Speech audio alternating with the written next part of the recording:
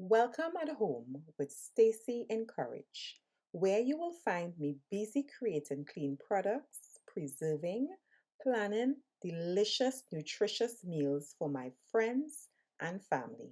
I picked up some poultry from my local butcher, chicken back, chicken wings, chicken feet, whole chickens, and I'm definitely going to be processing some of them to use in the coming weeks.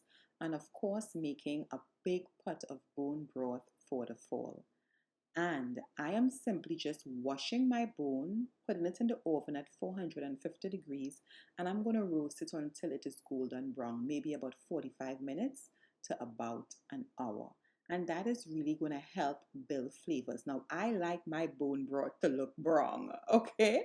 I'm writing my label so that way I know when it was made. I'm going to cut up some carrots as well as some celery sticks. Now, I am not using a recipe. I think you cannot mess up chicken broth or chicken stock. Just add the vegetables that you like. Here I am adding some garlic. Some people do not like to add garlic. I think the three main ingredients is your celery, carrot, and your onion. Anything you add in addition to those three, it is totally your preference. I love adding garlic as well as thyme. Thyme tends to be my thing. I absolutely love fresh thyme, so I add fresh thyme.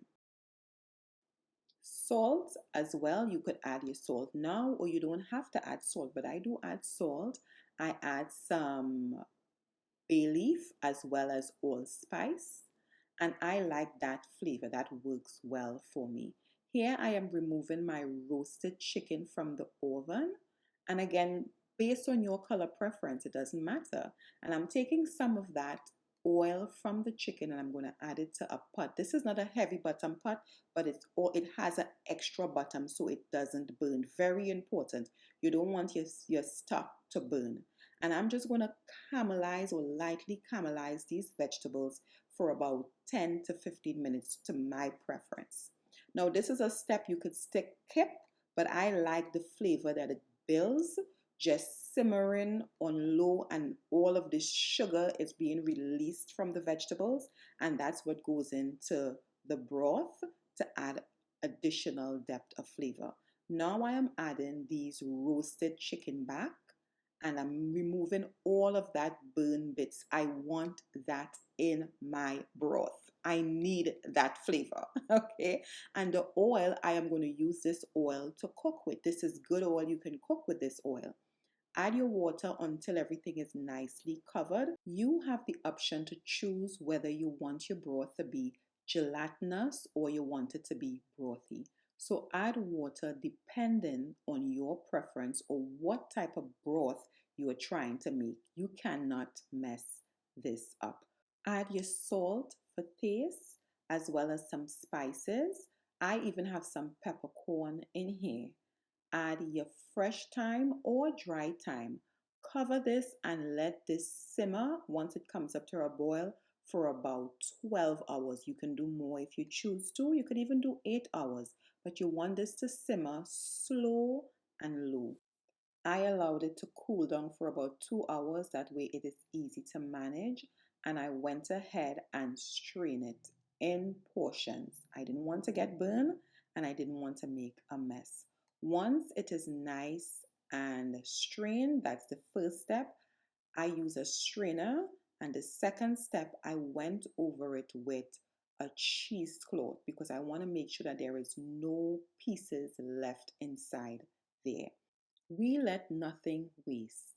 You want to skim off the fat from on top of the broth, and we are going to be using this fat to cook with. Take your time, skim off as much of the fat as you possibly can. And we are going to be letting this fat, well, straining it, making sure that we get off all of the pieces, and we are going to be solidifying this.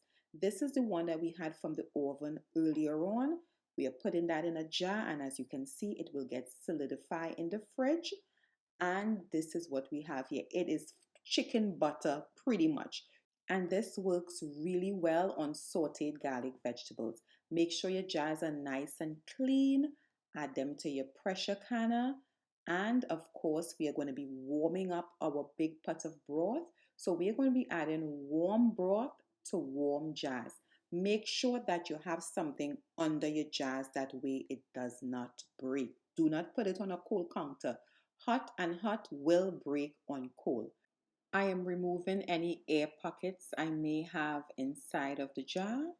I'm also taking a wet paper towel and I'm wiping the rim of my jars. That way it will seal because it's nice and clean. I'm adding my lids.